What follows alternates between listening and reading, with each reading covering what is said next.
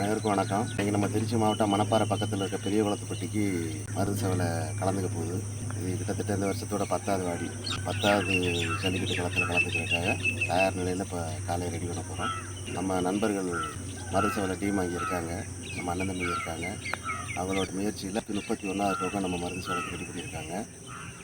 காலையை தயார்படுத்துறதுக்காக ரெடி பண்ணிகிட்டு இருக்கோம். நம்ம பெரியப்பா நேற்று எனக்கு ஃபோன் பண்ணி காலையில் மஞ்சளுக்கு போகிறோம், விடிய காலையில் வெள்ளனே வந்து இறங்கிடுறா மகனே அப்படின்னு சொல்லிட்டாங்க. நானே கிளம்பி வந்துட்டேன். வந்து பார்க்கும்போது தான் பெரியப்பா உருமா கட்டிக்கிட்டு மாட்டை ஜோடிச்சு அவ்வளோ அலங்காரம் பண்ணி நீட்டாக வச்சுருந்தாங்க. ரதம் மாதிரி நிற்கிது.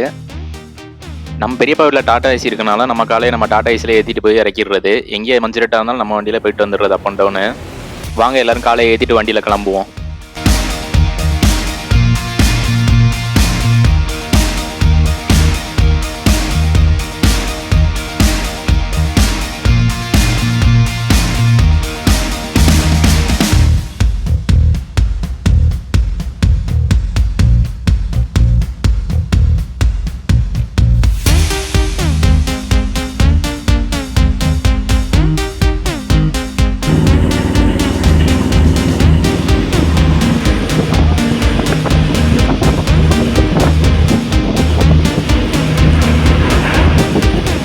நம்ம இவ்வளோ நேரம் நம்ம ட்ராவல் பண்ணது வந்து திருச்சி மெயின் பைபாஸில். இப்போ நம்ம மணப்பாறை டேர்ன் பண்ணி நம்ம பெரிய குளத்துப்பட்டி கிளம்பிட்டோம்.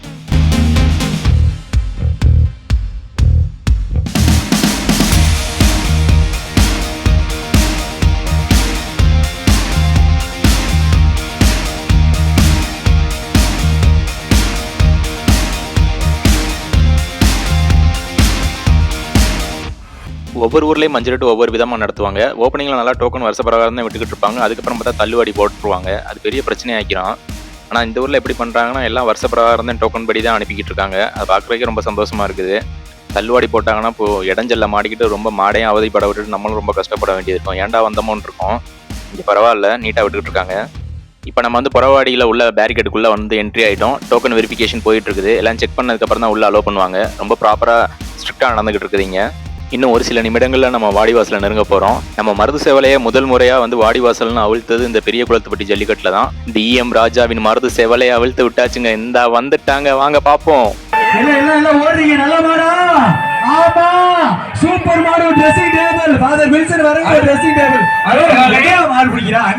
அட்ரா சக்க வர்ணிக்க வார்த்தைகளே இல்லைங்க.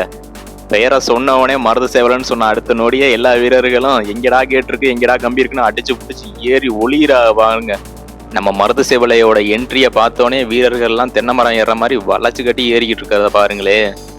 சும்மா நகரப்பட்டிக்கே பெருமை சேர்க்கிற அளவுக்கு நம்ம காளையோட தோரணை தனித்துவமா தெரியுது பாருங்க மக்களே. இதுதாங்க நம்ம மருது சேவலை.